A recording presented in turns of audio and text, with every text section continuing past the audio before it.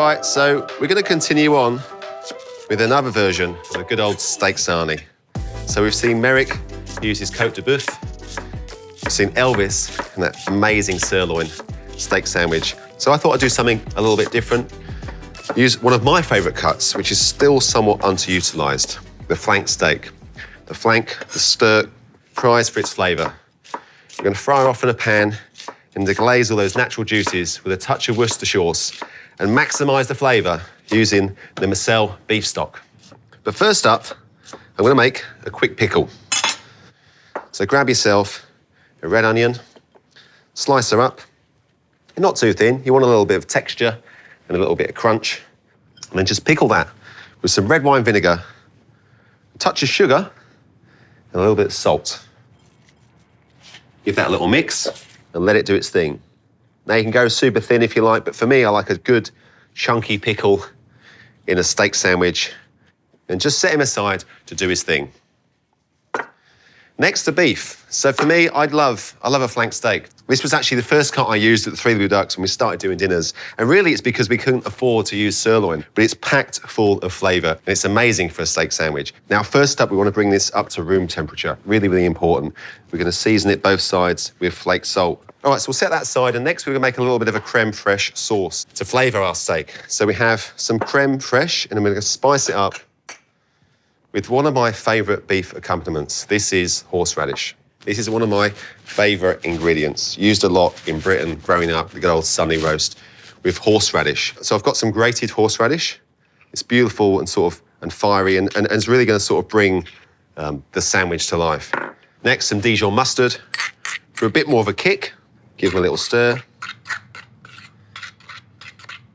And finally, it's pretty classic, creme fraiche and chopped chives. So I'll pop that aside, cover it up, or just leave that in the fridge until later on. So now for the cooking of the steak. So as you can see, it's got this sort of light sheen on it. So hot pan, little touch of olive oil. So for me, I've trimmed this slightly. Usually they do come trimmed, and then we pop the steak straight in. So a lot of chefs have different ways of cooking steaks. Some like to cook it halfway, flip it once, take it out, rest it. Others like to finish it off in the oven. For me, I like to turn it every 2 or 3 minutes.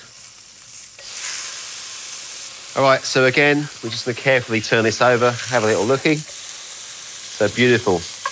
The steak, this is at about 6 minutes, so now this is my favorite part. So this is an old school cooking technique that we do in many of our restaurants. It's a brilliant way to finish a steak. So I'd throw in some butter. So butter in the pan till it foams up nicely. It's going a little bit golden, so at this point, we throw in some garlic. And so what we're going to do now is we're going to cook our sliced garlic. So the garlic's going to slightly sort of cook down, become beautiful and sweet, very slightly caramelised, create its own garlic butter, and then we're going to use that just to nappe over our steak. So just sort of bring it off the heat, and now I'm just going to wine that beautiful butter. So I'll baste that over. That's looking pretty good. Right, at this point, I'll take out our steak onto a plate, top it with a little bit of foil. And so this had about 10 minutes cooking, so we're going to rest that for half of its cooking time. So now we're going to make a little bit of sauce, utilising the pan juices. We're going to deglaze it with some Worcestershire sauce, straight in. And then we'll grab some of our Marcel beef stock, and we can bring that down as well. All right, so what's happened here is we've deglazed the pan with that Worcestershire and the Marcel beef stock.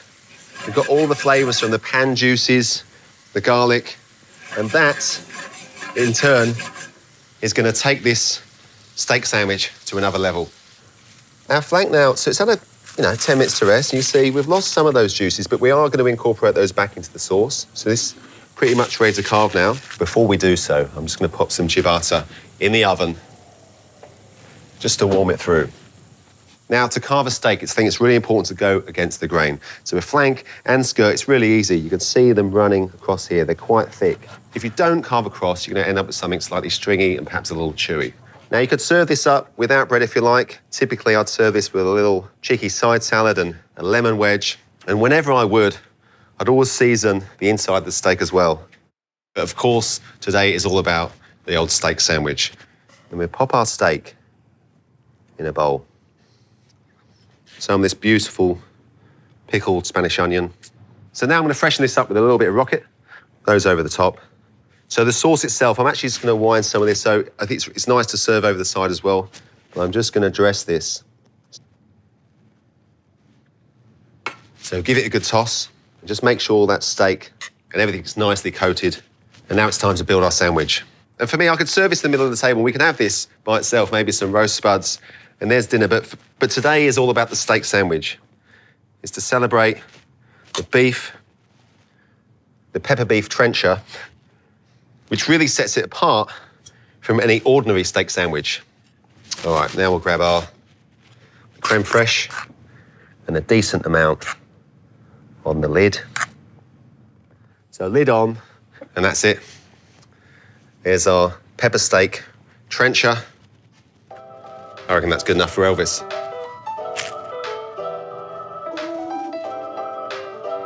And for me, that has everything. Beautiful steak, horseradish, and a punchy little sauce made from Worcestershire and the Moselle beef stock. And of course, that toasted ciabatta to soak up all those beautiful juices. And you know what? I reckon even Elvis himself would be absolutely stoked with that.